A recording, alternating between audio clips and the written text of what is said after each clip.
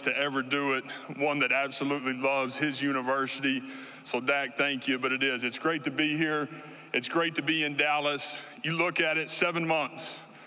Been here 7 months, and as we got boots on the ground, we said, hey, what are the things that are going to be most important to us to make sure we go have a successful year one, but also find a way to create this great foundation so we have the ability to go sustain. And for us, it was the guys knowing exactly what we expected of them as they walked in the building. Our guys knowing what they were going to get into, the expectation, the culture. And I could not be more proud as we look up 7 months in, getting ready to start fall camp inside of 2 weeks, and our guys have taken to it. They've taken to it and they've ran with it, and our culture and who we are every single day. And we talk about 4 things nonstop inside the program. We talk about having fun, being tough, being competitive, and then being accountable. And we break those things down in different ways, but for me, having fun in the doing, that matters. We've got 18 to 22-year-old kids that need to have an incredible college experience. These guys need to have a great experience while at state. It's going to be incredibly hard doing what we do. We understand that. We get to do it with the best and against the best every single day. All right, nobody understands that more than I do, but I want our people inside our building to have fun in the doing. And so when they walk through those double doors every day, they are able to pour into it just a little bit more because they enjoy the people they're around. They know that it's going to be incredibly hard. It's going to be incredibly tough. It's going to be difficult to go do what we're going to do, but having fun in the doing, to me and for us as a culture, is incredibly important. Toughness travels. This is a league that is built on toughness. Always has been, always will be. And I love that fact of being able to lead our program in a way that creates opportunities for guys to be tough. Mississippi State built on toughness and edge. And those are things that I'm incredibly proud of. Competitive, the most competitive league in all of college football. All right, so how many different ways can we create a competitive situation, a competitive scenario, so that when we get to Saturday afternoon on national television, you don't get surprised by a result? So having competitive situations inside of everything that we're doing is a huge part of our program and our culture. And then a culture of accountability, being accountable to the guy next to you. From a staffing standpoint, being accountable to the guy that you're sharing an office with or sharing a wall with every single day, and doing right by the people inside the building. And I think when you talk about fun and tough and competitive and accountable, then you immediately think about the 3 guys that I was able to bring with me today. You know, starting with 2 guys that have been at Mississippi State. They've been through a lot. All right, over the last 3 years, they come in together, the same class offensive lineman who earns a starting job, played in all 12 games last year. But here's a guy that earned a starting job through spring, through toughness, and through this competitive spirit of just getting better every single day. Albert is a guy that embodies exactly what we want in offensive line play and leadership inside that unit.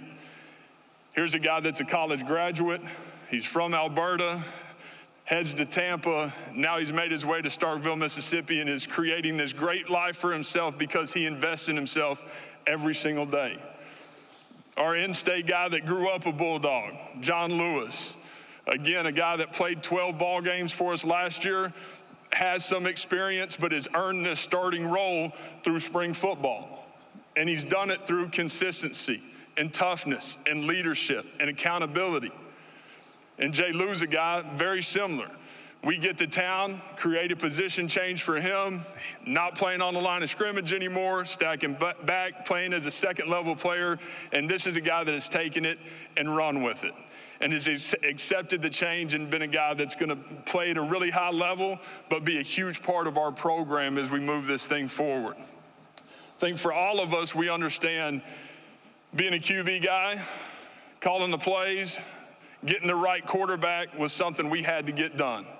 and we've got our guy. I could not be more proud of how Blake has gone about his business, how he does what he does every single day. I think when you talk about what we're going to look like from a team standpoint, it's real similar to what we're going to look like at that position. Toughness, physicality, edge, being able to go inspire your teammates to play better every single day.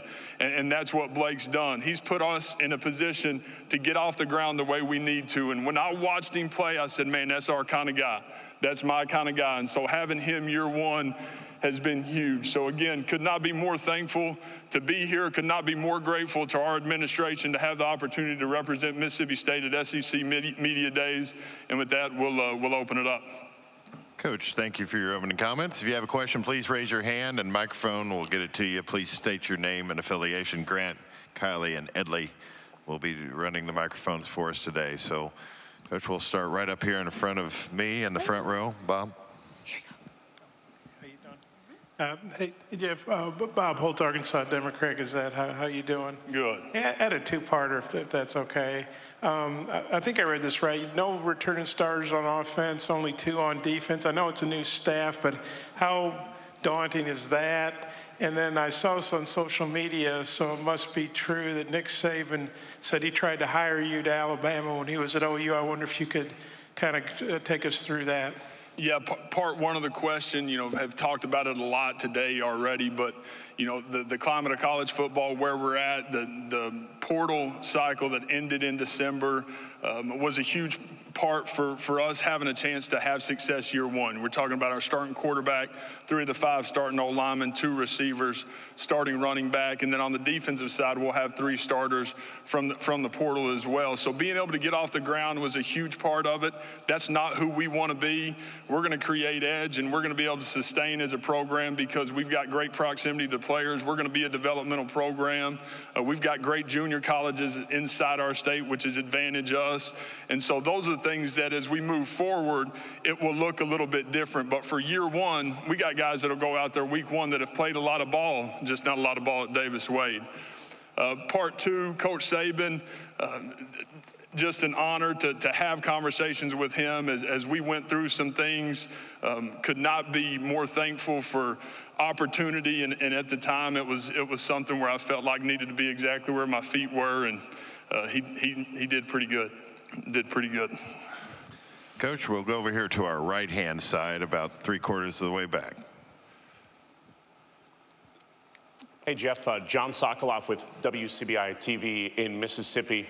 John Lewis is going to be filling a big void at linebacker, with Buki Watson and Jet Johnson gone. Obviously, I know you weren't there with those guys, but he's got a lot on his shoulders this year. How confident are you that he could step up as a leader kind of on and off the field for this program? Yeah, Jay Lou's done that. Again, that's why he's here today representing us and a guy that he's going to play alongside with. There's multiple guys inside that room that are going to give us a chance to create depth. But a guy that, again, comes to us from another SEC school, Stone Blanton, has played at a really high level, has played inside this league, knows what it's supposed to look like, and he's another guy along with some others that will help us fill that void. Okay, we'll go in this middle section, halfway back. Hey, Jeff, George Stoya, Soonerscoop.com. Hope you're doing well. Kind of got a 2-part question for you. How did your time under Brent Venables the last 2 years maybe help you prepare for this job, both under Brent, but also just your time at Oklahoma? And then secondly, what can people expect from Jackson Arnold, somebody who recruited him and saw him play this last year? Yeah, getting the opportunity to work for Coach V for the last 2 years, he did. He created an opportunity for me to go back to my alma mater and be able to get that thing off the ground with him. A great experience for me is being able to see him do it from year 1 to year 2 and being this great coordinator who had an incredible amount of success, and then being able to get into that head coaching chair and find ways, man, just to keep getting better. And it was all about what's best for the program. It's all about what's best for the people inside our room. As consistent of a leader and a man as there is, I believe that in all of college football, and indebted to him, man, forever for giving me that experience. Part 2 to the question, obviously Jackson, I think everybody understands who knows that scenario and relationship, knows how I feel about him and him having the ability to continue great quarterback play at that university. Coach, we'll go over to this section to your right on the right aisle. Hey, Jeff. Cedric Golden, excellent American statesman. You coached and played at OU. You coached at Baylor. The seasons you spent with Lane Kiffin, what did it teach you about the SEC and get you prepared for this challenge?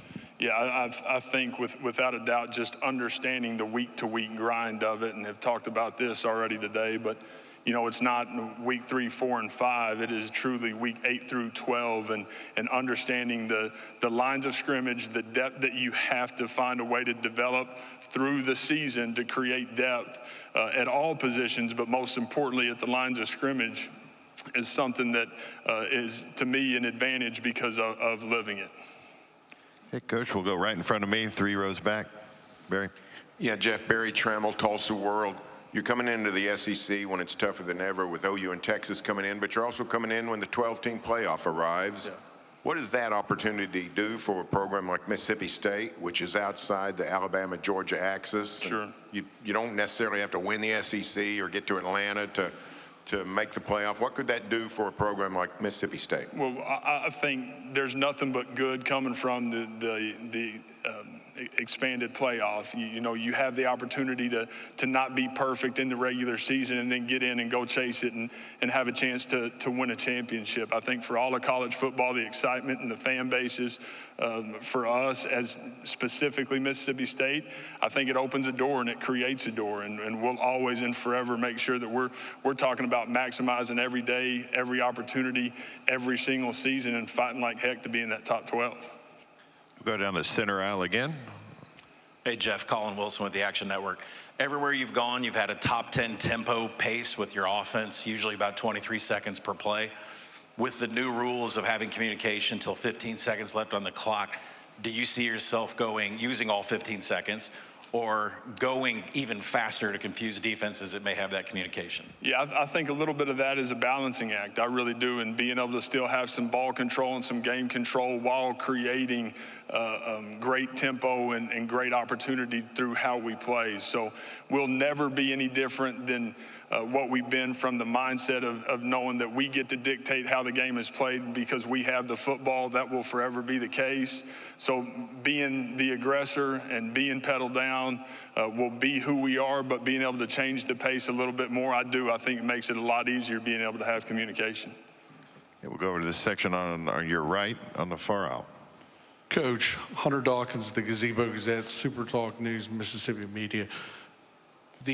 I know you raised the two terms, accountability and toughness. Is this going to follow you as long with recruiting, not only in Mississippi, but along the transfer portal lines? Yeah, to me, you have one opportunity to protect the program, and that is by who you choose to be inside the locker room. And so finding the right people and finding the right guys that will thrive in our incredible college town and our community will be forever important, because that is how you protect the program, and that's how, you protect the pick. We'll go back down the center aisle, about 3 rows back.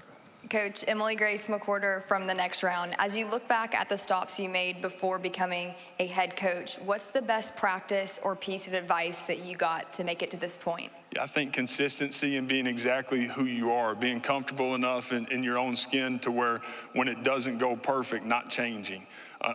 Making the changes necessary, but being exactly who you're supposed to be at that moment, because that ultimately is probably the biggest reason I've gotten the opportunity I've gotten today. All right, we'll go right down here in front, front row. Coach, good morning. This is Terry Middleton from Horns Illustrated. You had the opportunity to go head-to-head with Steve Sarkisian last year in Oklahoma in the Cotton Bowl. What did you learn from that experience, from play calling and offense, that you'll carry into DKR this season? Yeah, I think from a situational standpoint, just knowing that there are so many games inside our league that are decided in the last 2 to 4 minutes of a game. It's so similar to the NFL, and that's an incredible example of the game is played. There's all 4 quarters, but is there situational mastery, and can you find a way to make the play and call the play and put your guys in positions of success to go win the game. And there's just this heightened awareness to me inside of our league because so many close games every single week. That was great experience for me. It's great teaching tape for our guys, both sides of the ball as we go back through that. We'll go over to our right alongside the near aisle. How you doing, Coach? Mark Henry from hornsports.com. How have you guys as a staff in 7 months come in and kind of changed the culture and put your stamp on Mississippi State so far? Yeah, I think being incredibly intentional with who we brought into the building. You know, when you look at the defensive side of the ball, I wanted a defensive coordinator that was similar from the standpoint of toughness and passion and edge and having great command and knew exactly who he was and was a guy that was incredibly talented and being able to go create this culture in the defensive side of the room and on that side of the ball. And so we've got people inside the building that have great passion and energy for taking young people places they can't take themselves. That to me is what it's all about, and we'll continue to add pieces of the puzzle that way. Which will go right back in front of me. Bob? I noticed that it seemed like Lane Kiffin had some fun on social media when you got hired. Maybe you had a little fun back. I was wondering what you said about that. And also, you know, we covered Cody Kennedy at Arkansas, and you added him. I was wondering what went into that, and I assume that Kendall Briles probably had a hand in that. Yeah, a ton of respect for Lane and what he's done, the energy he's created. I'm not going to talk a ton about the social presence. I'll let him continue to tend to that game. But again, my time there created an experience for me that gives me the opportunity to hopefully be able to create advantage. And that's what it's all about for Mississippi State. The next piece in hiring Cody, yes, he had system knowledge. He had SEC knowledge. He had great familiarity with how we do what we do with his time with Kendall, which was a huge part of bringing him on board. Coach, we'll go back to the center section just to your right, about 3/4 of the way back. Randall Sweet, Sooners on SI. You've obviously coached against Texas a few times. You had some success this season. How do you think that's going to help you when you guys head to Austin this season? Just familiarity, knowing the personnel and knowing a little bit about the system. And, I think from my time before, being able to be in Austin and know what that atmosphere is like, I think that'll be good for us, be good for our staff, and good for our guys, is just knowing a little bit more of what to expect and there not being this incredible amount of newness. All right, we have time for a couple more. If you have a question, raise your hand. We'll get a microphone to you. Okay, we have one all the way straight in front of me, towards the back. Joe Cook with Inside Texas. Coach, your offense uses extremely wide splits. Your family's offense uses that. How have you seen defenses in the past few years try to counteract those wide splits, especially in the passing game? Yeah, I think we saw it in the Big 12 quite a bit when people started going to a little more to the true three safety defense, and that was something that we saw a little bit while I was in the SEC and a few other stops. But that's something that's not very popular inside our league. That hadn't been shown to just take off and catch here, which will be interesting to see. Okay, Coach, we'll go over here to our right, the section front row. Yeah, Coach, Brooks Austin with Dogs Daily. You mentioned the Mississippi JUCOs. I'm curious if the nature of the players available in that pool from junior colleges has been impacted by the fact that a lot of schools are now relying on D1 retreads out of the portal.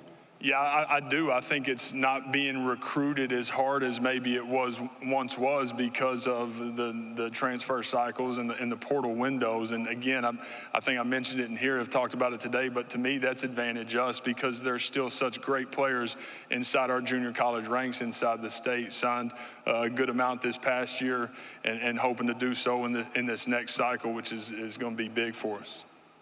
Okay, we'll go right in front here and run in front of my table in the front row. How are you doing, Coach? Claire Sandoval with the Laredo Morning Times. Coach, you've had some time to work with your team, during the spring, during the summer. What kind of team are we going to get that opening day? yeah, I think you're going to get a football team that's excited to play, a team that you're going to be able to tell is prepared and loves to play the game of football. And that's my biggest thing is when we run out of that tunnel, man, everybody in Davis Wade understanding that we're there with great purpose, with great passion, and to be able to go win football games. If you have a question, raise your hand, and we'll get another microphone to you. All right, we'll come back up here front to Bob. Here comes the mic. Hey, Jeff, I'm not sure you might have ticked off at the SEC office, but noticing your first 2 road games, I forgot the order, but it's Georgia and Texas. Well, I wonder what you thought when you saw that. Yeah, that, again, to me, that is part of the league that we're living in, have continued to talk about this. You want to do it with the best. You want to do it against the best. We're going to have every opportunity in the world to show exactly who we are as a program and as a football team. And I look at that as you know, opportunity for our guys. We'll go back over here to the front row on the section to your right. Yeah, Coach, Brooks Austin with Dogs Daily again. You headset communications was mentioned earlier. You guys play with an extreme amount of pace. Are you guys still going to be using signs, or is it going to be relayed to the quarterback, and then he's ultimately going to have to communicate with the other 10 guys? Yeah, there will be. There's some operational things that will change, that will continue to change, and I think there's going to be this cat and mouse game as you're inside of a game. If you're signaling, if you're not, the 15-second mark, all those things kind of come into play as you're going to call the game. Which will go in this intersection in front of me, about 3/4 of the way back. Michael Cobble, WBRZ TV in Baton Rouge. Playing with pace on offense, how much do you have to be cognizant of what it's doing to your defense? And have you been able to find the balance that really works for both sides of the ball? Yeah, I think so. And I think I mentioned this earlier, but mentioned ball control and game control. Those 2 things are incredibly real. Putting our guys in positions of success is what coaching is all about. So that'll be up to me to make sure that we're living on the right side of that and always going to be very aware of it. Okay, we'll go in the center section to your right, about halfway back. Hey, Jeff, George Stoya, Soonerscoop.com again. Wanted to ask you about Seth Luttrell. I know you worked closely with him as an analyst last year. Now he's the offensive coordinator at Oklahoma. What does he bring to the table as a play caller, and how would you say your offenses are different, you know, spread versus air raid, kind of? Yeah, I think there's a ton of similarities from a run the ball first mentality, that toughness and the lines of scrimmage. There's great familiarity from a system standpoint. Some guys that he had hired at North Texas were guys that were inside the tree for a long time. So he had kind of made that change. He had made that change and been much more our style.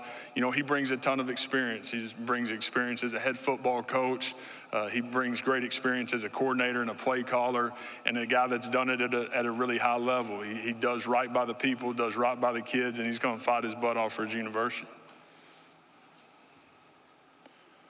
All right, we have time for one more question. If we've got a question, raise your hand. We'll get a microphone to you. All right, back over here, Edley, to our left, near the back. Hey, Coach. Keenan Womack, Texas Sports Unfiltered.